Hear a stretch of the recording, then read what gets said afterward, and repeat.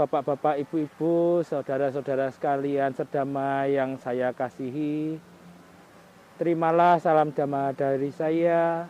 Namo Sang Hyang Adi Budaya, Namo Buddhaya.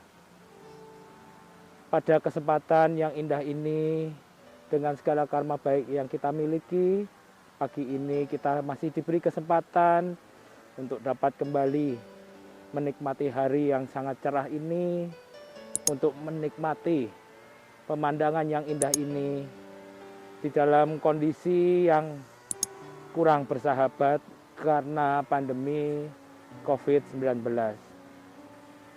Pada kesempatan hari ini, saya ingin memberikan sedikit ceramah tentang apa itu kebahagiaan. Saya yakin bapak-bapak, ibu-ibu, saudara sekalian pasti mendambakan hidup dengan bahagia.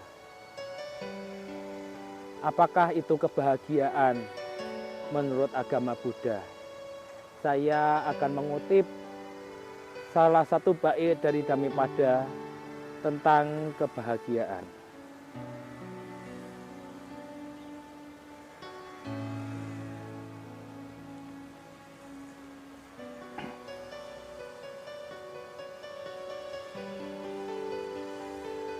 Mano pubagama dhamma, mano seta mano yama, manasa cek pasanena, basati wa karoti wa, tatonan sukang anweti, caya wa anak payini. Yang artinya kurang lebih seperti ini. Segala keadaan batin yang didahului oleh pikiran, dipimpin oleh pikiran, dan dibentuk oleh pikiran. Apabila seseorang berkata atau berbuat dengan pikiran yang jernih dan bijaksana, oleh karena itu kebahagiaan akan mengikutinya seperti bayang-bayang yang tidak pernah meninggalkannya. Menurut agama Buddha, segala sesuatu yang kita lakukan dipimpin oleh pikiran dan dilaksanakan oleh pikiran. Maka kebahagiaan itu pun terletak pada pikiran kita. Bagaimana kita berpikir, bagaimana kita bertindak dan berbicara. Apabila tindakan dan pikiran kita sesuai dengan apa yang diajarkan oleh Sang Buddha, apabila kita berpikir dan berbicara dengan pikiran yang bijaksana dan pikiran yang jernih, maka kita akan dapat mencapai kebahagiaan. Sebagai contoh, pada saat pandemi sekarang ini, apabila kita hanya mengeluh, apabila kita hanya berputus asa, dan kita tidak berpikir secara jernih, maka niscaya kita akan selalu diliputi oleh rasa ketidakbahagiaan, oleh rasa kekecewaan, oleh rasa putus asa. Maka pikiranlah yang mengendalikan segalanya. Pikiranlah yang mengambil peran penting pada kebahagiaan kita. Sebagai contoh, ketika saya berdiri di tempat ini, apabila pikiran saya jernih, apabila pikiran saya tenang, maka niscaya saya di sini akan merasa bahagia berdiri di tempat yang sangat indah ini. Kita bisa melihat gunung yang sangat indah di belakang saya. Kita menikmati hangatnya panas matahari di pagi ini yang sangat memberikan banyak manfaat bagi tubuh kita. Kebahagiaan dapat tercapai juga apabila kita mampu menghindarkan diri kita dari pikiran-pikiran yang kurang baik. Saya akan kembali mengutip dari Dhammapada tentang kebahagiaan, mengenai pikiran-pikiran yang kurang baik yang dapat menghambat kebahagiaan.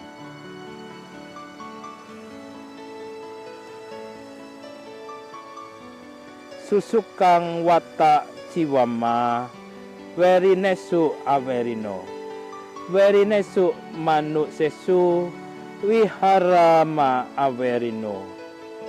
Yang artinya, berbahagialah sesungguhnya kita hidup tanpa kebencian di antara yang membenci. Di antara orang-orang yang membenci, kita tinggal tanpa kebencian.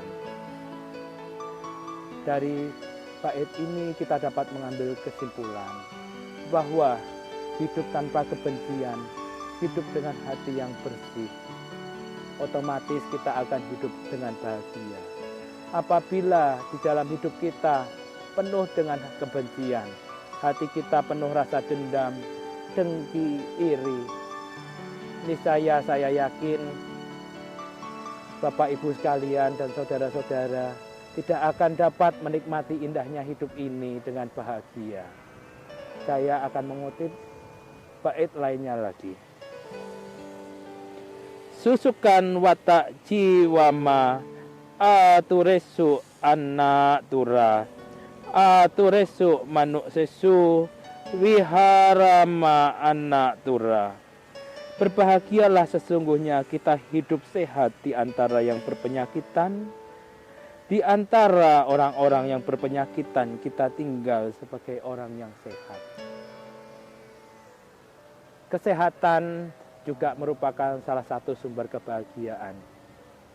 Saya yakin bapak-bapak, ibu-ibu, saudara-saudara sekalian juga merasa apabila tubuh kita sehat, itu adalah salah satu poin yang utama untuk menjalani hidup yang bahagia. Tidak ada yang namanya orang yang sakit yang bisa hidup berbahagia.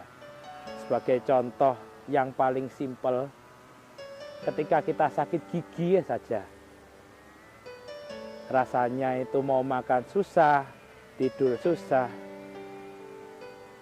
otomatis kita tidak mungkin dapat merasakan bahagia. Saya akan mengambil bait lainnya lagi.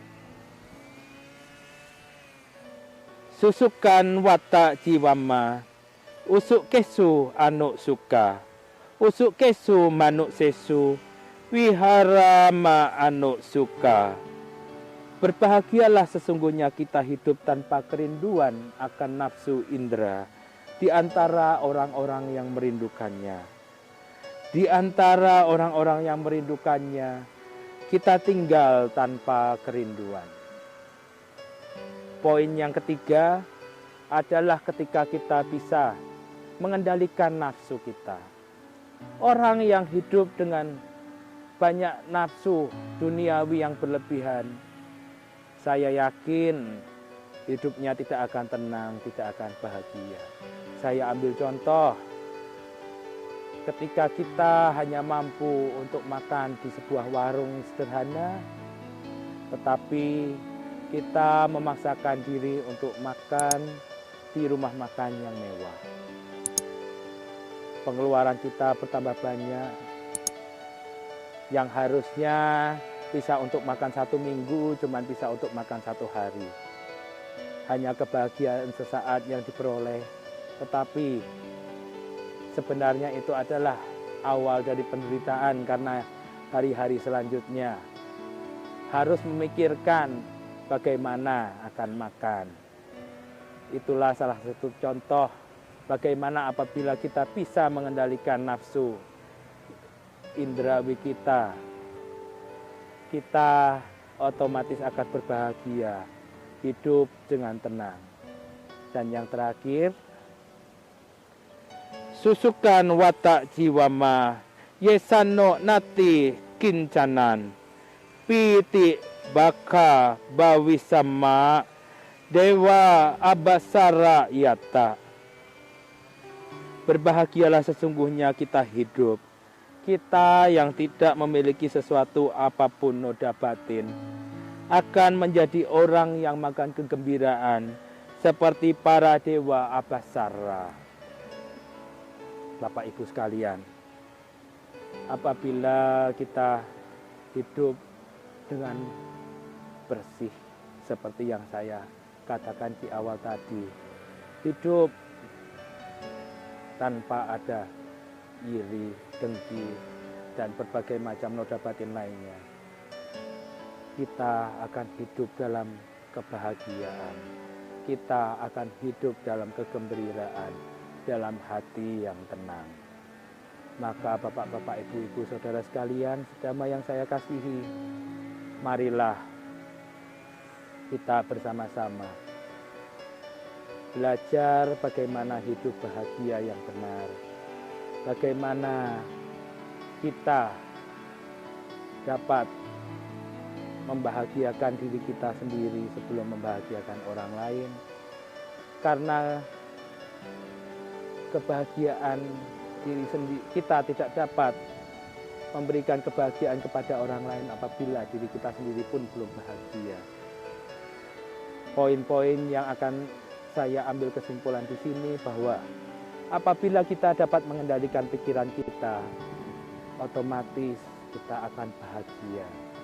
Mengendalikan pikiran kita dari rasa benci. Apabila kita dapat mengendalikan pikiran kita dari nafsu-nafsu indera yang mengekang kita. Apabila juga kita dapat mengendalikan kita dari noda batin kita. Dan selain itu, hargailah kesehatan, karena kesehatan juga merupakan sumber kebahagiaan. Tidak ada yang namanya orang yang sakit yang bahagia. Marilah kita laksanakan protokol COVID dengan menjalankan 5M untuk mendukung anjuran pemerintah, sehingga kita juga dapat menjaga kesehatan kita sendiri. Terima kasih atas perhatiannya. Namo Sang Hyang Adi Budaya. Namo Buddhaya.